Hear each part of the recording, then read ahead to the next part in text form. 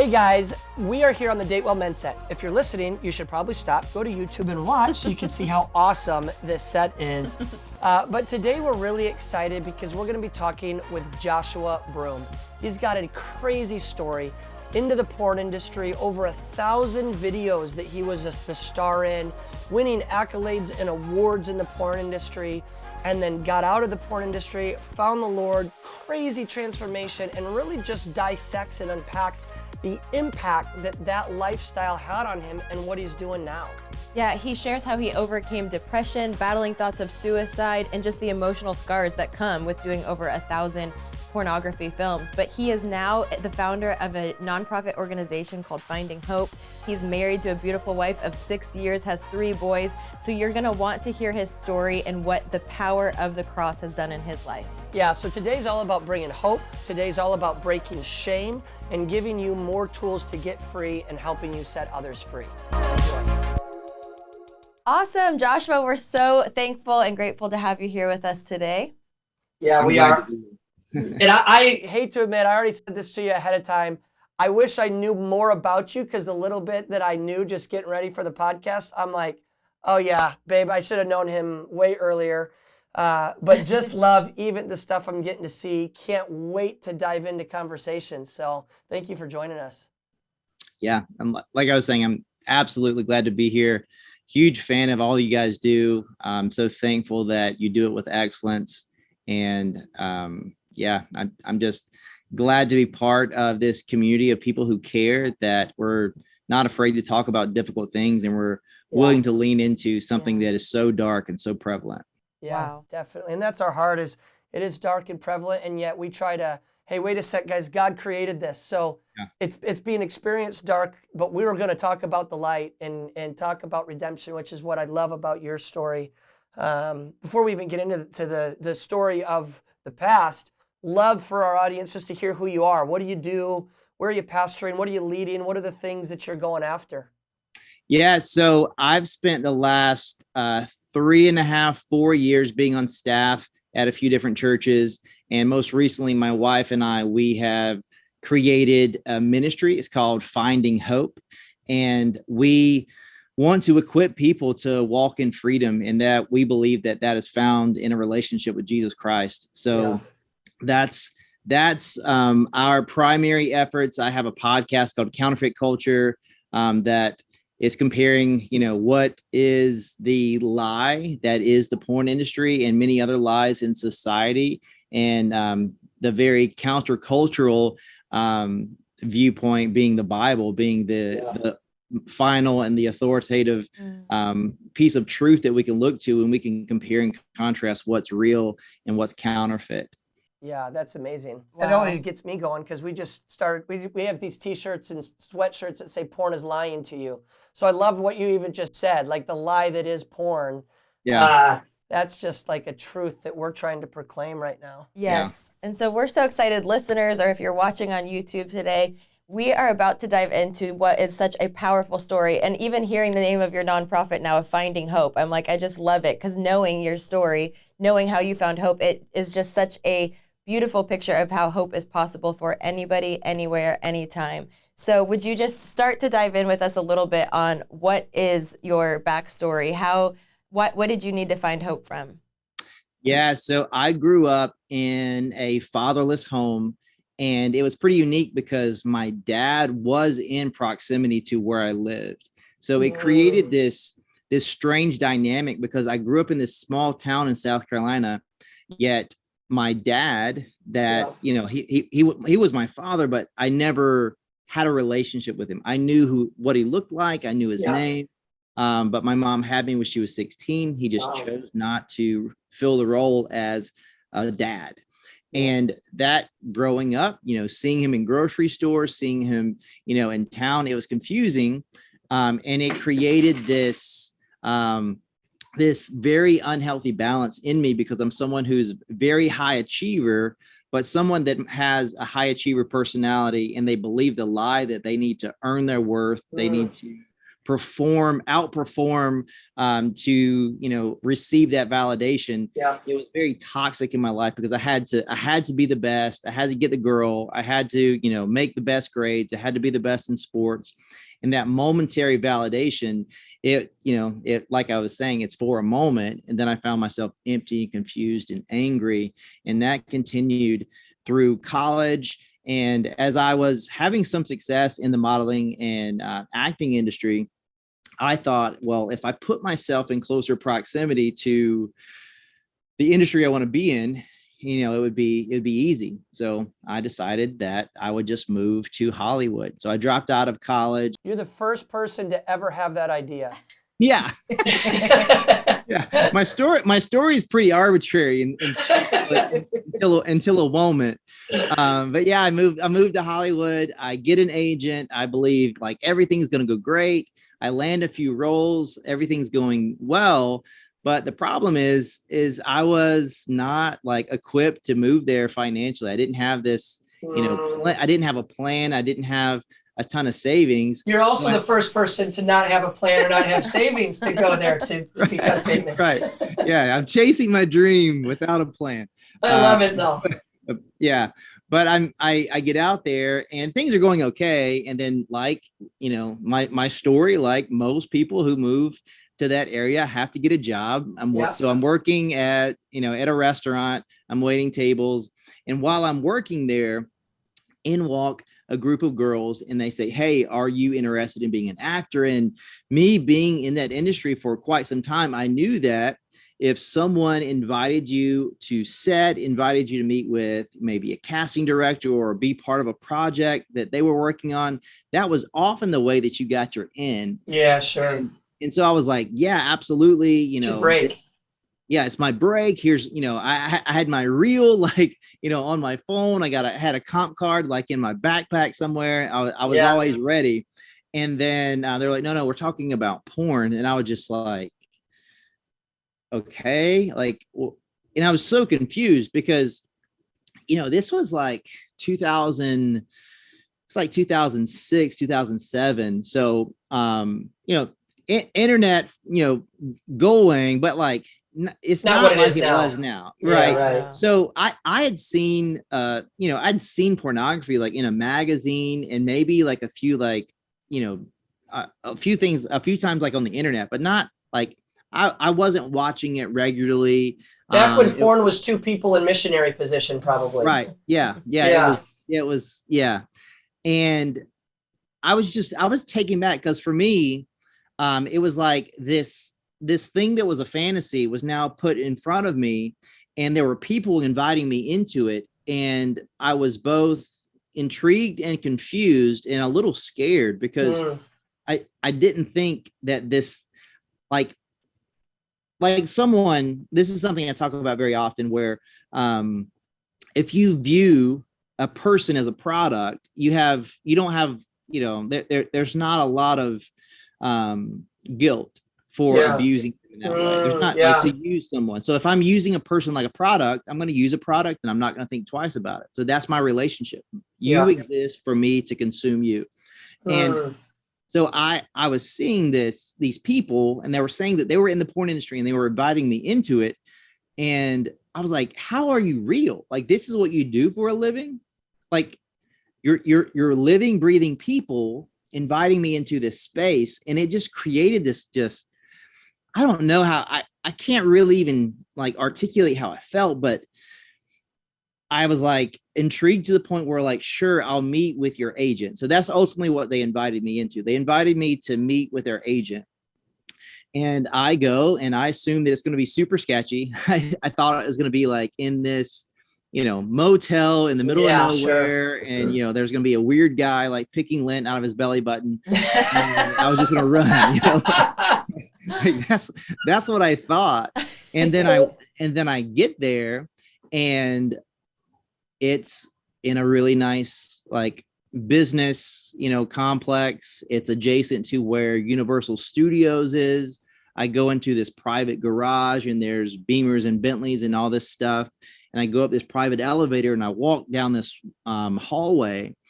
Then I open the door and there's this gentleman sitting there at a desk, 3-piece suit, like giant, like double Windsor tie.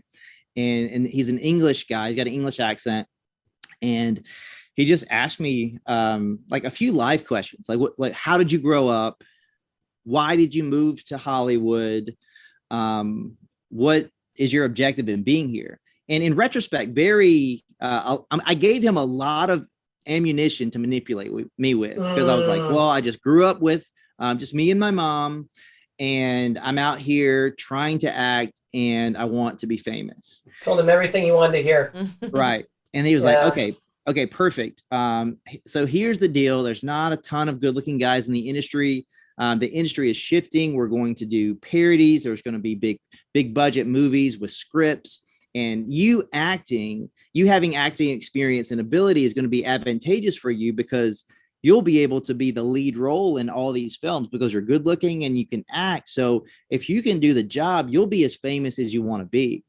And I'm hearing this, and just to provide some more context, because man, I was very promiscuous. I was in trouble sometimes. I just did not know who I was. And I was living my life to perform for people.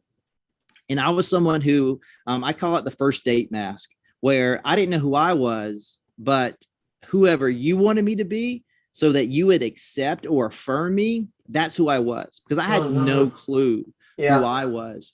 And I didn't have a lot of belief in myself. Yeah. So I hear this and I instantly hear, well, maybe, you've been trying to make it as an actor since you were 13 years old. That was almost 10 years. You've almost been doing this for 10 years. And the people around you, they're booking large productions. They're on TV shows. They're doing so much better than you. Maybe you're just not good enough. Maybe, just maybe this is your big break. Maybe this is as close as you're going to get. Maybe this counterfeit version of your dream is as good as your worth. So maybe you should just do that. Wow. And I say yes. So I'm saying, okay, I'll do one.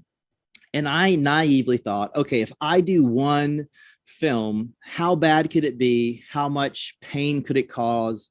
I didn't think for a moment it would impact my life. Sure.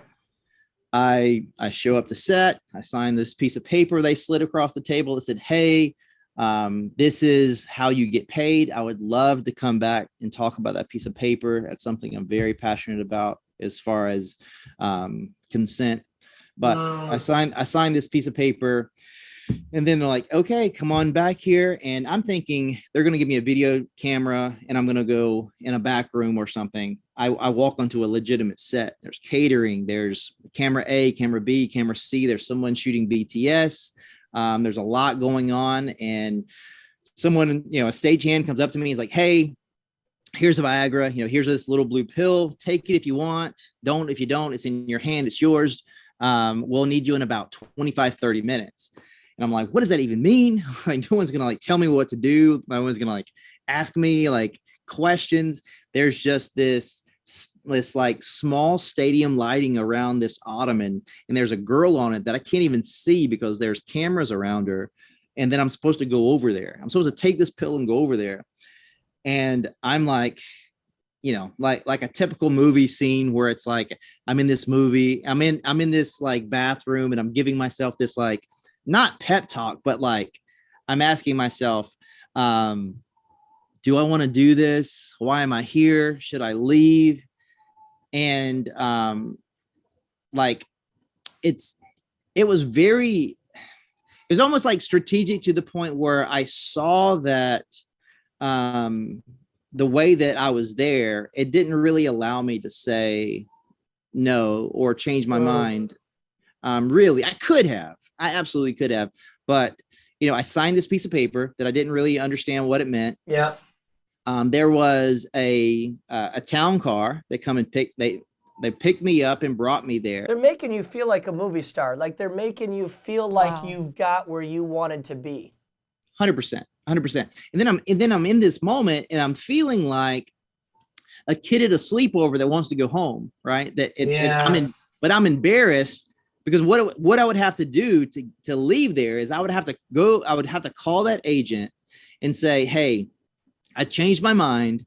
I want to go home. And for me, I believed that I'd gone so far that my pride and I guess my fear of that conversation didn't allow me to say no when I wanted to say no. And I believed I'd went too far.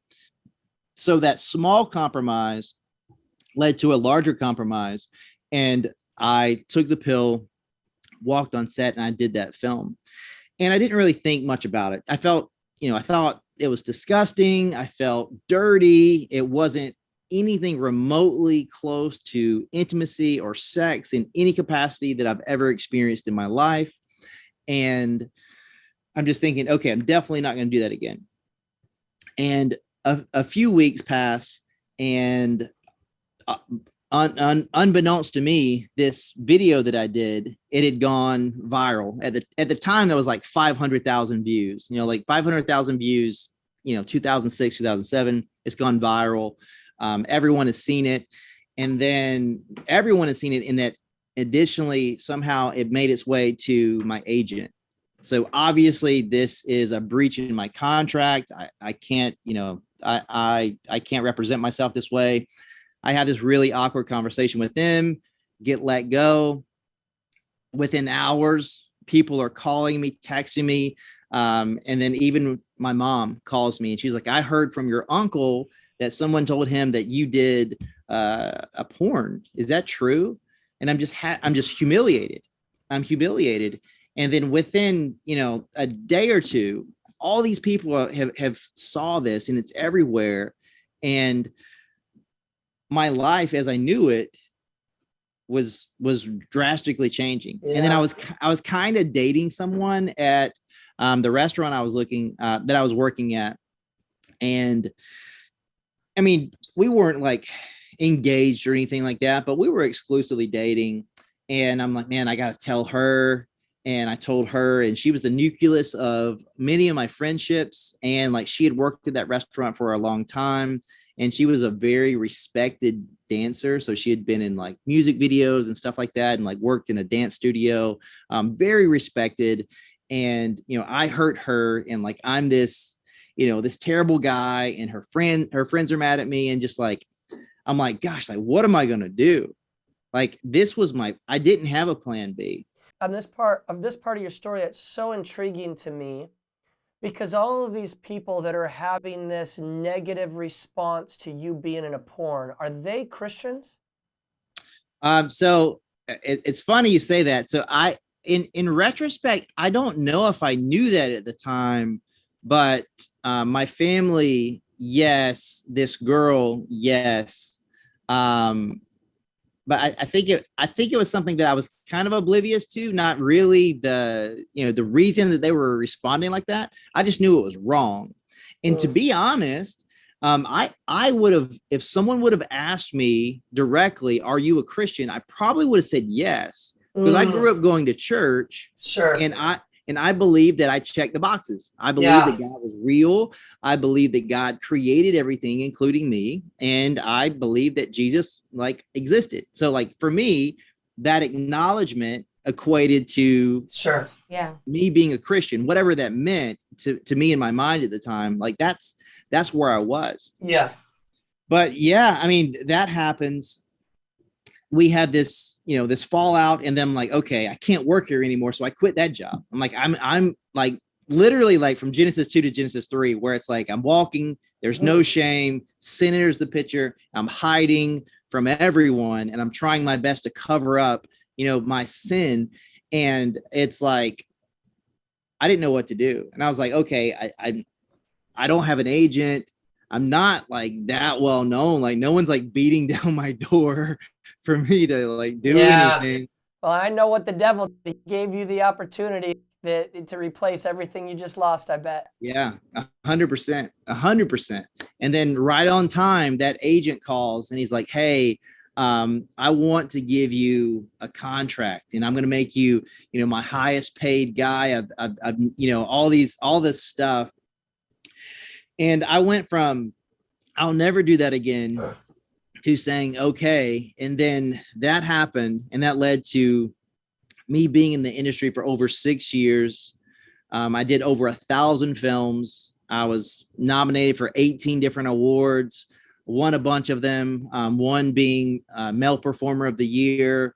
And for me, like, as someone who was very data driven, very achiever personality, for me, I had these goals. And once I met these goals, I believed the lie that would equate to happiness. Yeah. So, if once I had been surfing in Costa Rica, and once it took a private tour at the Louvre, and once I made over $1 million, and the final straw in my cap was once I won Male Performer of the Year, because essentially that's the pinnacle of success in that industry.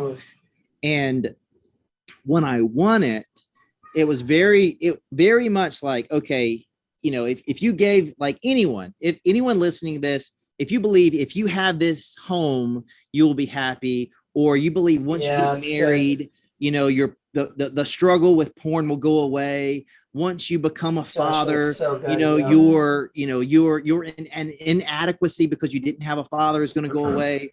Once you get the job, this secret addiction is going to go away. Once you get married, the loneliness is going to go away. Whatever it is, it's if there's a root that is the cause of this pain or this anguish, covering it up with something is only going to, best case scenario, make it lie dormant. So for me, I won that award instantaneously. It wrecked me because it didn't work.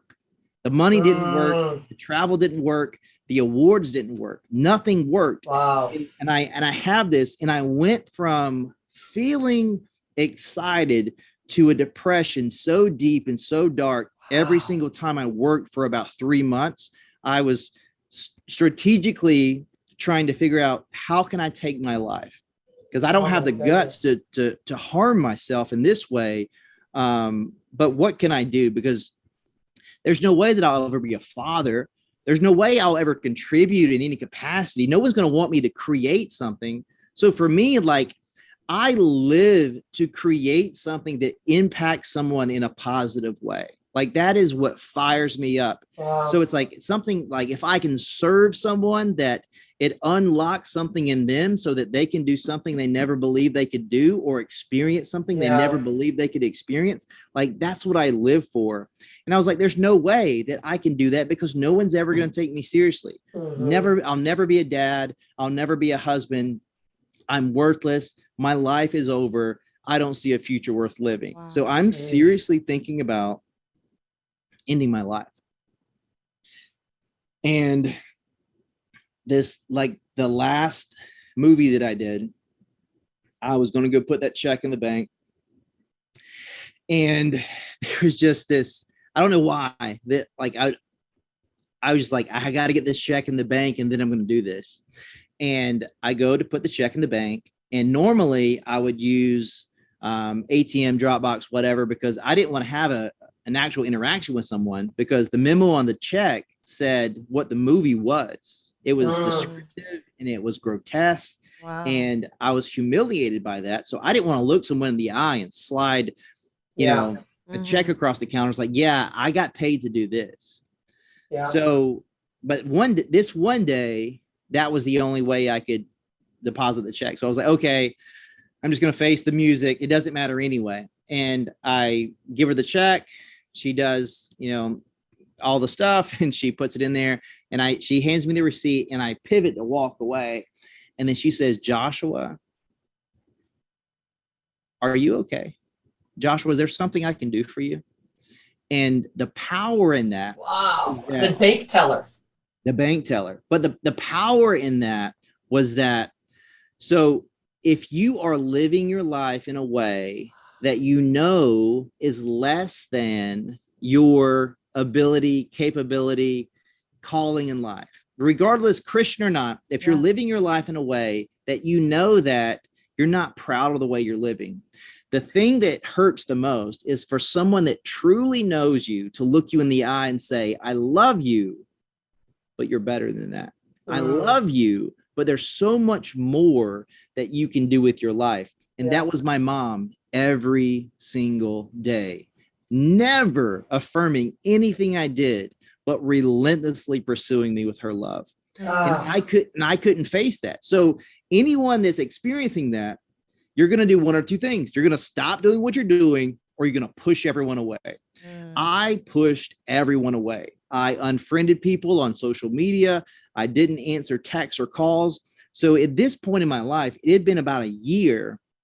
I had not talked to anyone in my family, anyone that truly knew me, and I had not even heard my real name, because there's a level of shame that goes along with being in the industry, in the porn industry, because you go by a pseudonym. You don't even go by your real name. Like, if that doesn't display the level of shame where the people are saying, I love what I do, this is amazing, this is who I am, it's not even who you are, because you go by a pseudonym, because there's a level of shame that's associated with that. So that's who I was. I had became this, I had created a plausible reality based on a lie. Wow. And it was so thick and so ingrained in my head. I hadn't even heard my name, and I didn't know who I was. But when that bank teller said my name, it absolutely wrecked me. Chills in my arms right now. But like, I remember just like it taking my breath and me not really answering her and walking away. And at this time, I was living in Sherman Oaks, and where I lived in this Galleria that had apartments attached to it. And I walked across the street, like from the bank, and just like fighting off tears. And as soon as I, got in there, I just like fell on the ground, just like weeping. And I was just like, for me, the main thing I was thinking, I was like, I cannot believe that I had robbed my mother from just knowing that I'm okay, because she didn't want me to change something necessarily. She just wanted me to answer the phone and know that I was okay. And I was robbing her from that. So after I pulled myself together, I called my mom and had this like really tough conversation, and apologized for hurting her, and apologized for not letting her know I was okay.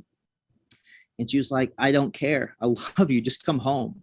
And I said, okay. And then after that, I picked up the phone, called my agent. I quit, called everyone I needed to call. I put out a press release, and I quit. And I wish that my story went up from there. But from there, I go back home and I start lying to every single person I meet. I lie until I get found out, because I covered up my tattoos. I deleted my social media. I believed that I could just cover up these 1,000 movies that I did, and no one was going to know the wiser. But the reality is, on the outside looking in, even though I quit the industry, I just won this award. And anyone that was, in the know about pornography, I was one of the most famous guys in that industry. What the heck are you doing here, not living out that life? Like, you're that guy, you're that guy, you're that guy. I was working at Whole Foods, and I was working at a gym, and, I was just trying to live this normal life. And all I wanted to do was not be this porn star and not be associated with that anyway. I just wanted it to go away. And there was about 2 years of me lying until I got found out. And I started work, and I had a lot of success in the gym, just who I am. It's like, whatever I'm going to do, for good or for bad, I'm going to do it to the best of my ability. And I'm going to find a way to win. So I was like, okay, I'm going to take this mentality to the gym. Became educated in health and fitness, really got plugged in with people, found out that my ability to communicate had some carryover in the gym. Started leading people to lead themselves, started training coaches how to coach, and had a lot of success, from that standpoint. But still, like, having night terrors at night, still looking over my shoulder. Every time I met a new person, I was terrified, because it was only a moment of time before they knew who I was. And then this girl comes in the gym, and I'm like, all right, she's gorgeous. I'm going to ask her out on a date. And I ask her if I can take her to dinner, and she says no. And I was like, no, I'm in love. I'm like, oh my goodness. Have you seen my face? What? I was like, come on. And just like there was just something about her, like everything she did, it was like, I don't know. I mean, obviously I was awestruck by her, but just everything she did was just beautiful and whimsical. And the way that she carried herself, she like respected herself. She dressed like far more modestly than most people that would, be in this gym, but yet she was like the best athlete and the prettiest and all this stuff. And I just wanted to get to know her. And I mean, to be transparent, my intentions were not good. I was like, I just want to know this person. I want to, whatever. And she was like, okay, well, we can go on a run. And I was like, not really my thing, but to spend time with you, absolutely. I will run for you so that I can spend time with you.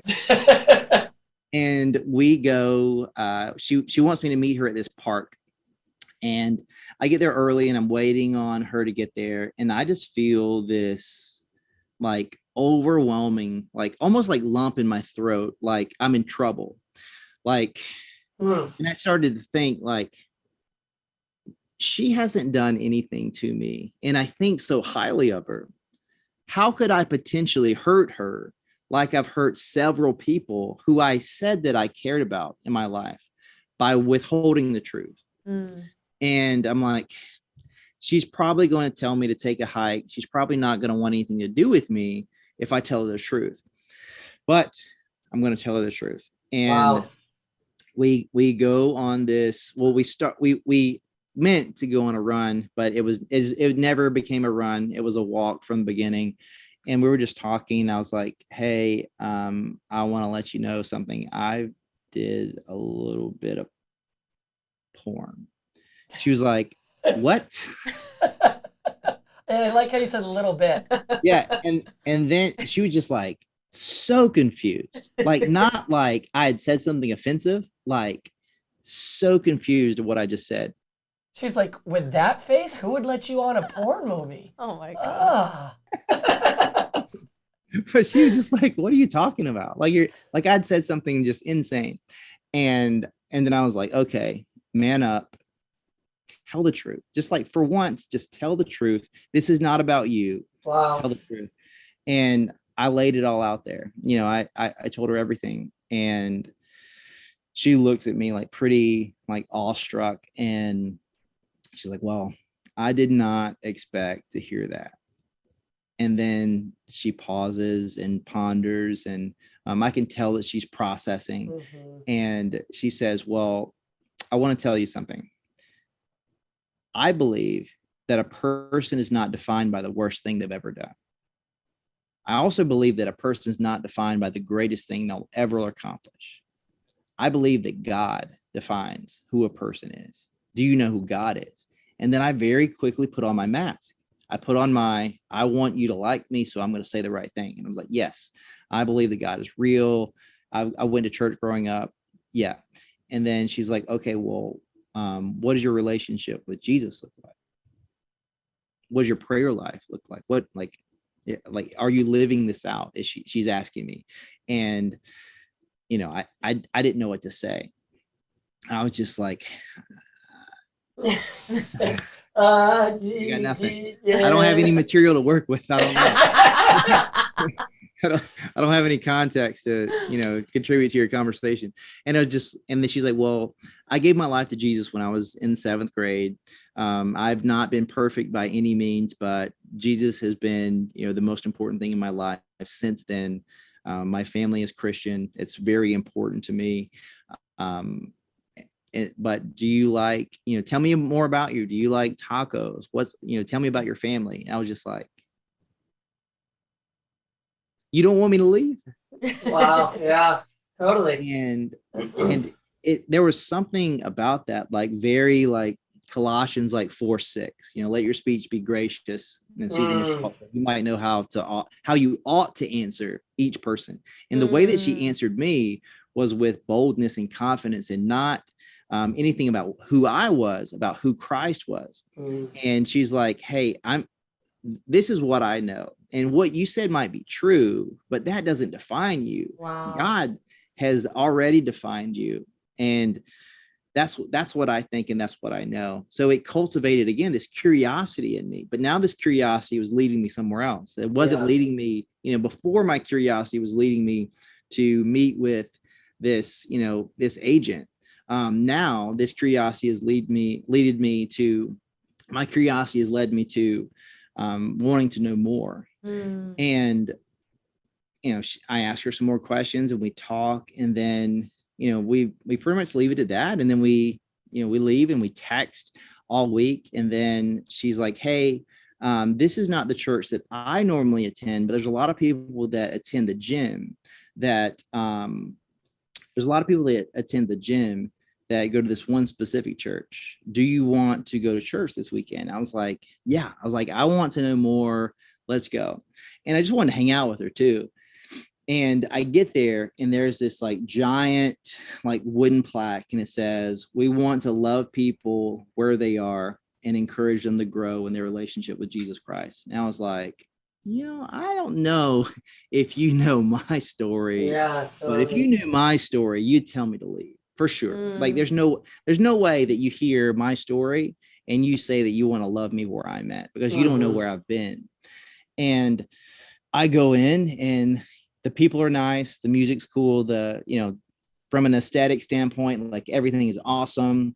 And I sit down, and I'm expecting, this from my experience, I'm expecting this guy in a 3-piece suit to preach this message, and it's going to be stiff, and it's going to be legalistic, and it's going to, tell me if I don't do X, Y, and Z, if there's a wrinkle in my shirt, I'm going to go to hell.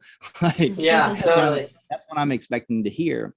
And I see this guy in a t-shirt and jeans and boots that remind me of my grandfather, talking about how Jesus has radically transformed his life, and he has this personal relationship with him. And he was never good enough and will never be good enough.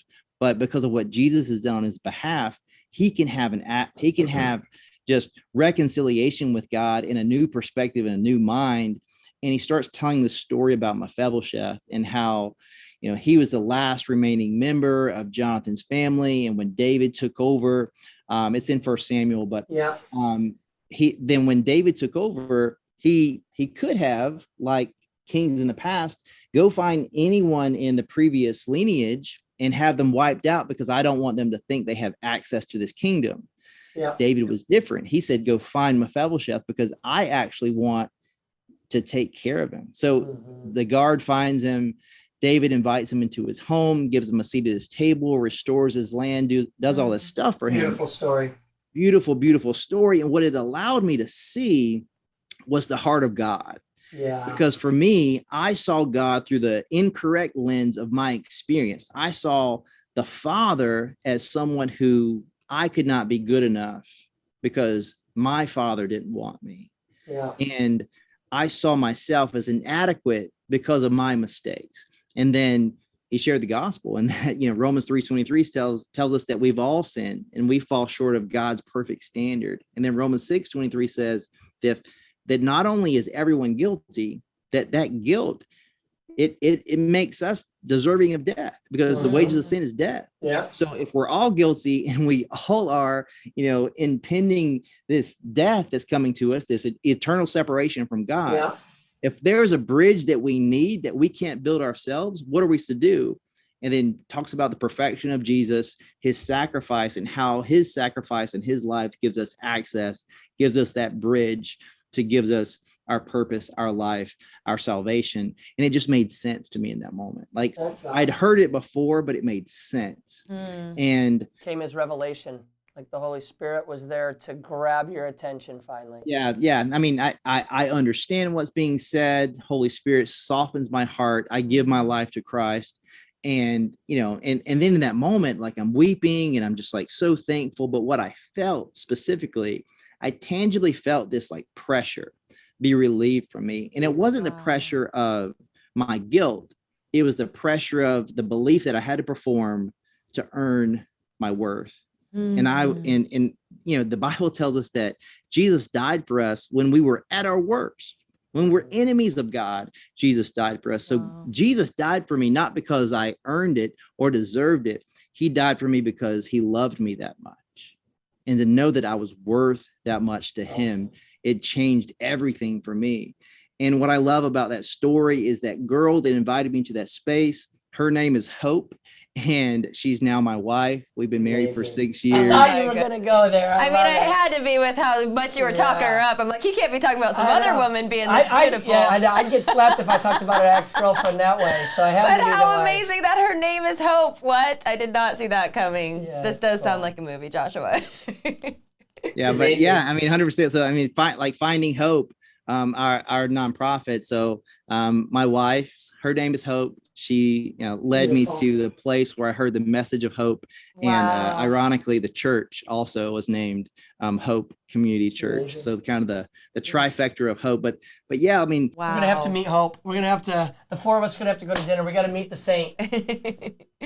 The saint behind the new saint. Yeah, she's the best. But what's so neat about that story is, like we were talking about off camera, where it's like, it's so important for us. Like, yes, like we all need saving. We all need help, and it's like, if I give someone tools to experience a new life, so like salvation, instantaneous, Holy Spirit softens your heart. You respond to the gospel. Your life is forever changed, signed, sealed, and delivered.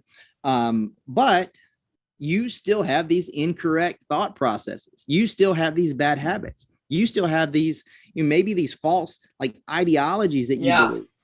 And for me, what was so powerful is that same week, again, like because of my personality, like God redeemed, reshifted, and repurposed who I was in the same way, just in another direction. But I walk into a church and I'm like, hey, here's my story. Porn star. Does Jesus love porn stars too? Because here I am. I was like, I think God wants me to build a boat. And they were like, what? Like, can you explain that? In church terms, can you unpack that? And I was like, well, I think God has given me this story and he wants me to do something with it that's bigger than I can comprehend. Wow. And all that I know is that if I want to do something that, if I want the ability to do something that I don't know how to do, I want to reach out to someone who knows more, has gone further, and ask a lot of questions. It's like, there's someone here that I can talk to. And they were like, absolutely. There's this gentleman down the hall. His name's Andrew. And he recently graduated from Dallas Theological Seminary, and he had moved here with his family, and they're going to help us plant another campus. And I go to meet with this guy, and he's supposed to, just give me some context of how to read the Bible. Just, observation, interpretation, application. Like, this is how you read the Bible while understanding context. This is, 30 minutes. This is what you need to get started. So I meet with him, and that 30 minutes turned into 3 hours. And that 3 hours turned into the last 8 years, him mentoring me. But for about 4.5 years, I met with him for 15 to 20 hours a week. And it went from, him teaching me how to read the Bible to him teaching me how to teach the Bible. He taught me, him and where is it? Basic biblical Greek. But it's like, taught me basic biblical Greek. Yeah. like it's a thing. Yeah. 74 ways to conjugate verbs. But anyway, sounds super basic. Future perfect, present super fantastic tense. But we went through that. But then it's like, I really got this hunger to learn. So I ended up going to Liberty University to study Christian ministries, focused in biblical theology. I would love to get my master's in theology. That's something I'm in pursuit of. But along the way, like, God started to open up doors for me to share my story. And I thought, okay, the first time I was going to share my story, like on stage, it's like, okay, I'm going to write it out. I want it to be a drama. I want people to feel something. I want to make people cry. I want to make people laugh. I want to do all this stuff. And I wrote it out, and I thought I had this perfect performance for me to read and to give to this audience, and to emote some kind of emotion, to get something for myself. I was like, I want to tell this story for a reaction. And that's why I'm sitting there. It's like, I think God's giving me this big story and it's going to impact people. And then I'm sitting there, And I felt so nervous. I felt so nervous that I needed to perform. And I felt, I had these like feelings creeping up in me that I hadn't had in a while. It was unhealthy. I felt that it was unhealthy. And once I stepped up to the mic in my notes, I just felt calm. And then I heard God speak to me. And, in my mind, I felt God saying, "You're enough." Man, that's like from your childhood, from that achiever that have to win, that have to always accomplish, man. That's what the Lord was speaking directly to that, huh?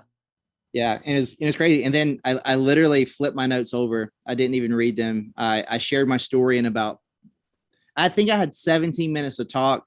I shared my story in like 5 or 6 minutes. And then I probably poorly shared the gospel the best that I could. But after leaving that platform and giving people the opportunity to accept Christ, I was like, man, there's nothing else I want to do. Awesome. Like in whatever capacity, whatever I just did, I want to do that. Yeah. And awesome. At that point, my wife and I, we had eventually opened our own gym. So we ended up owning 2 gyms. And this one gym, it was going really well. So financially, we were good. We had bought our first house and we had our first child at that point. And we're just like, man, like this is it. Like, I don't know what it's going to look like, but I want to do more of this. And we started transitioning out of the health and fitness space and doing more ministry. And I started doing more speaking engagements. And I was like about 4 or 5 years ago, and it's been doing that ever since. All right. So, I mean, it's so incredible hearing all that. Thank you for just, Seriously. I mean, the depth of what you just shared, the vulnerability, even just the fact, like, so hard for people to admit. You went 2 years of just lying to everybody. Yeah. Man, that's tough to just, now I'm sure you've recorded it before, but now it's recorded for everybody forever to hear that. And I just love the transformation that's taken place. The thing I'd love to key in on for people to kind of even wrap things up a little bit is the transition where, you're in the church, you read the line, we'll take you how you are, or whatever the exact line was. And you're like, well, no, you don't know my story. That can't be me.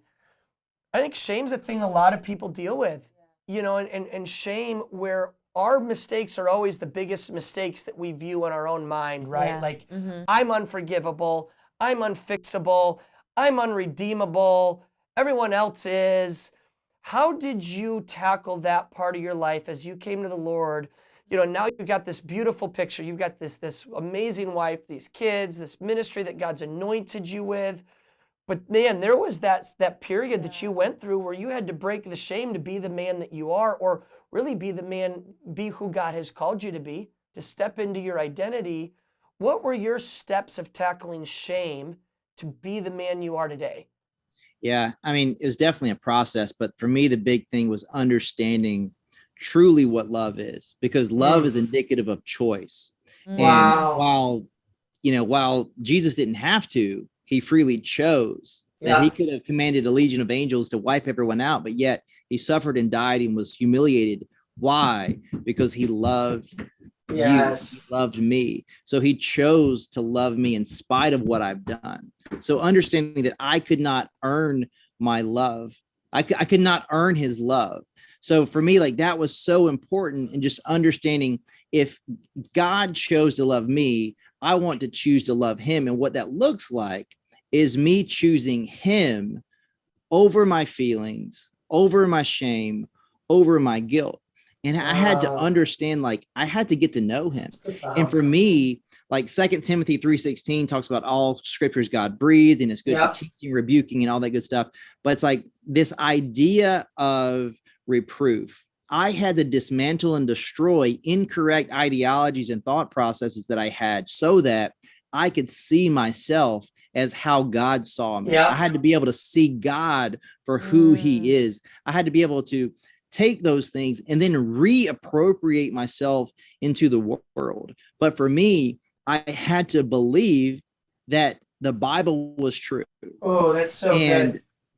Yeah. So for me, it's like I didn't believe the Bible was true because of, the historicity of the Bible or how accurate it's been translated over time. I believe the Bible was true because Jesus had proven himself to be real to me. And then if you look at Jesus's life, it's historically documented that he was a real person. He really walked the earth.